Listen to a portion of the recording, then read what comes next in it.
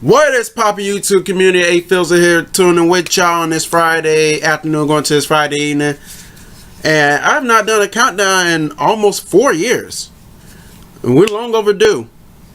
So, thanks to Eagles fan for like 17. I just got done watching this video about his top 10 worst moments as a Philadelphia Eagles fan. And he kind of inspired me to do my own version of the top 10, my top 10 worst moments as a Denver Broncos fan. Now, being a Denver Broncos fan since 1998, that was a little bit tough because, you know, there hasn't been a lot of bad moments, but somehow, somewhere, I was able to scrunch up 10 moments that really irked my nerves. And without further ado, let's go and get into this countdown, shall we? Y'all starting off on a limb here at number 10, trading for Vernon Davis, signing him, whatever. Now, the Broncos were 7-0, just coming off their win over the Green Bay Packers 29-10 on Sunday Night Football. And I hear midway through the week that Vernon Davis is officially a member of the Denver Broncos. I was really heated with this because yes, I did watch reality TV a lot on late double zeros, and one of the shows I used to watch was Pretty Wild, which came on after the Kardashians, and it shows about 3 girls always crying all the goddamn time. It just got my fucking nerves out. And I saw Vernon Davis on there. Now, I knew who he was. I didn't think much of him until that episode. And then when I see his bitch ass crying on there, like, the fuck you crying for? I did not want to be associated with this motherfucker. It's like, I did not want to be associated with him. From that point on, when I saw him crying on a pussy ass show like Pretty Wild, I thought he was a bitch and a pussy, and I still think that way about him. And then when he came to the team, I was like, I felt the same way EDP felt when the Eagles signed Tebow. Let's leave it at that. I was not happy with it. Yeah, he lucked up and won the Super Bowl with the Broncos, you know, which in my opinion he should get the damn ring back because he really had nothing to do with it. Nothing to do with the Broncos going to the Super Bowl that year. At least with Evan Mathis, he signed during the preseason, so he had a lot to do with the Broncos going to the Super Bowl and winning it. Vernon Davis, nothing. And then he dropped the ball too many fucking times when he was here. So I'm glad he's gone. Fuck Vernon Davis. He better not ever be on this team again. John Elway, that was a BS move on your part. Don't ever bring that motherfucking crybaby ass, bitch ass, pussy ass, motherfucker ass nigga on this goddamn team anymore. Fuck Vernon Davis. I heard the Redskins are signing him. Good luck with that, Washington.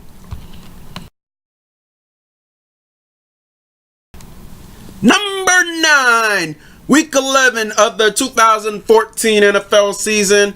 Broncos went out to St. Louis 7-2 to play the 3-6 St. Louis Rams, where they were at the time, because you know they're back in LA. And that was practically the worst Bronco game I saw that year. Yes, they got their ass beat by the Patriots a couple weeks before, then they went and lost bad to the Cincinnati Bengals 37-28. Paid through 4 interceptions in that game, if I'm not mistaken. And then they went 1 and done in the playoffs. But this was the worst Bronco game I saw that year. I was at Hooters this game, and I sat with this one Hooters girl, and I told her I was going to say her because she was new at the time. And then, you know, the Broncos just played absolute dog shit. You know, yes, they did move the ball on offense, but they was only able to get 1 touchdown. It was Peyton Manning to Emmanuel Sanders. And then the Rams, I think the Rams had like 2 turnovers. I think the Rams forced 2 turnovers that day. I think they got 2 interceptions out of Peyton Manning, and it was just a field goal friends. They sunk the Broncos with 5 field goals, and you know, and the Rams running game was good that day. I think Trey Mason turned up. You know, Sean Hill. Sean Hill. He didn't do too bad either. The Broncos end up losing 22-7. I declared this Hooter girl my bad luck charm, and it was an Eagles fan that came in at Hooters later on that afternoon to watch the Eagles play the Packers, and the Eagles got the shit kicked out of them 53-20. I'm pretty sure y'all remember that because that's when EDP went on that rant about frozen tundras and all that shit, you know, when he was in Green Bay. But this dude came in, sat with that same Hooters guy I sat with, and the Eagles lost 53-20. And yeah, after that, I declared her the bad luck charm because, you know, not only you had a playoff contending team lose bad, but you had another playoff contending team in the Eagles losing bad, just as bad. So, So yeah, I'll put that number 9. Plus, it was still a bad. Plus, even if I didn't win the Hooters and the same layout happened, it's still gonna be a bad game regardless. Number 8, Week 12 of the 2013 season, the Denver Broncos against the New England Patriots. I'm not going to talk much about this game. You know, you see NFL Network, you can go NFL.com, and it'll pretty much attest to itself. I'm pretty sure they got it on YouTube as well. It can pretty much attest to itself why this is on the list. Broncos 9-1, going against 7-3 Patriots, coming off a horrid Monday night loss to the Carolina Panthers. So the Broncos held the Foxborough. First quarter, dominant, 2 touchdowns. Defense forcing 3 fumbles off the Patriots offense. And then second quarter, Peyton Manning adds on another touchdown. So the Broncos are now at 24. So the Broncos going to halftime up 24-0. And then shit just went straight to shit in the second half. Patriots came back. Yeah, tied it up 31-31. Went to overtime. Tony Carter had that muff muff punt. Patriots got possession, and rest is history. Patriots won. So basically, Broncos got to a 24-0 lead and collapsed in the second half. Patriots ended up coming back and winning 34-31. And it's probably another game it just irked my nerves. I just cannot watch it to this day because of the outcome. If it came on, I watched the first half, and then after halftime, I just turned it to something else. I just cannot relive that moment anymore, man. I had to witness it live. I definitely not want to re-witness that again. Number 7, Week 2 of the 2012 season. Broncos at Falcons at the Georgia Dome. I was at this game. This was Peyton Manning's second game as a Denver Bronco. And I live in Georgia, so anytime the Broncos play the Falcons, it's personal to me. It's really personal. Just like with some of y'all who rep this team and who might have a hatred for this team on the other side of the conference, and it may become maybe because of proximity, that game becomes personal. That's how it is with the Broncos and the Falcons. Every time the Broncos play the Falcons, it's personal. And I remember being at this game. Peyton Manning throws 3 interceptions. Falcons got to a 20-0 lead before Peyton finds Demarius in the end zone to be behind 20-7 at the halftime. At the half, and Falcons scored a touchdown in the third quarter, 27-7. Yes, Falcon fans, they were heckling the hell out of me. It's like, y'all getting your ass beat, y'all getting your ass beat, and all that. Excuse me, all that bajunka junk. But hey, fourth quarter, Broncos put a scare in y'all, didn't they, Falcon fans? 2 touchdowns in the fourth quarter. But luckily for y'all got that first down y'all need late in the game and be able to close that out, because as the Broncos shut y'all down on that last possession, y'all would have lost, because Broncos would have went down that field and would have won it in the closing seconds. You know it, I know it, and the whole world knows it. But you get your win, Falcons. 2016, beating that ass. Y'all got to come to Denver. October 9th, y'all getting that ass whooped. But until then, cherish this 2012 win. That was your Super Bowl, because you didn't even go to the Super Bowl that year. Blow at 17-0 leading NFC Championship. What the fuck wrong with y'all? Number 6, hiring Josh douchebag, and yes, I call him that on purpose. Now, following up Mike Shanahan getting fired, Josh douchebag took over in 2009. Before that, he was the offensive coordinator for the New England Patriots. Got the Broncos to a 6-0 start. Beat the Cowboys, Patriots, and Chargers, who all went on to win divisions, their respective divisions. But after that 6-0 start, he just never had a response after that. He lost 4 straight, won 2 straight, then lost 4 straight. It was just frustrating. Went from 6-0 and finished 8-8. Missed the playoffs. Became the 3rd team in NFL history to start 6-0 and miss the playoffs. Then 2010 just got even worse. The Broncos went 4-12.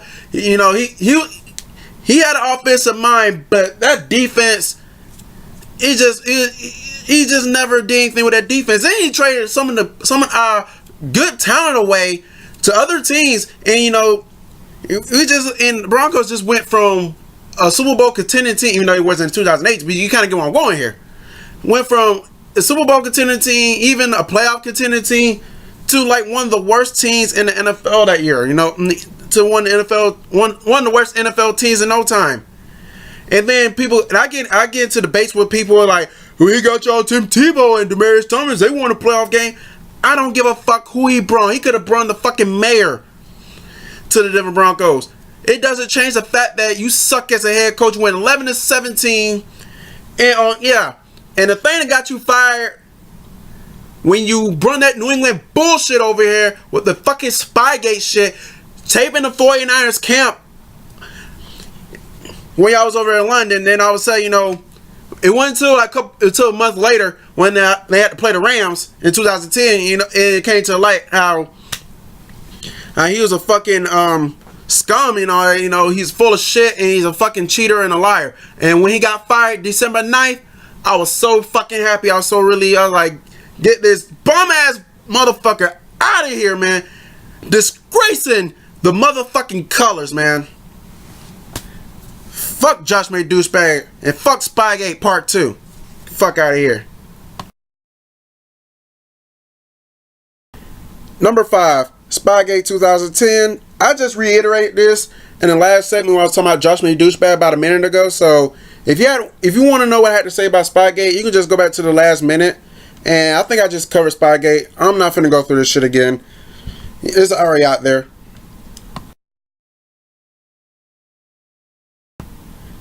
Number 4. Do you want to know what the Denver Broncos 2006, 2008, and 2009 season all have in common? Well, if you don't know, now you finna know. Those three seasons have in common is that the Denver Broncos got to hot starts but faded in late season collapses. I think in 2006 wasn't really that bad because you kind of seen it coming. But 2008 and 2009, you kind of did not see those collapses coming until it was too late. And I think those ones that really hurt me the most because like Denver Broncos were like a game away or 2 games away from clinching the playoffs, and they just could not finish. They just couldn't finish. And I think when the Broncos lost to the Chiefs 44-24, week 17 in 2009, to finish 8-8 and miss the playoffs, that was probably the only time in my lifetime that I got so pissed off after a loss. I never get pissed off after a loss.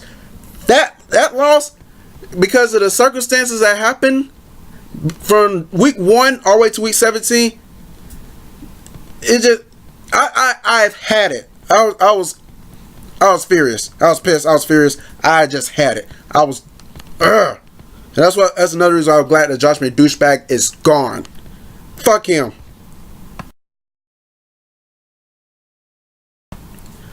Alright, number 3, Super Bowl 48, Broncos Seahawks. It's on YouTube. I'm pretty sure a lot of y'all have seen it. Broncos lost to the Seahawks 43-8. I'm not gonna reiterate this game. Like I said, you can go look for it on YouTube or whatnot and see how that happened, and you'll get a good idea why it's on this list. I'm gonna try to get through these last 2 real quick as well. So I'm getting close to the 15-minute mark. I don't want to blow a blood vessel because think about these games are really getting me irritated right now. And these moments are getting me irritated too.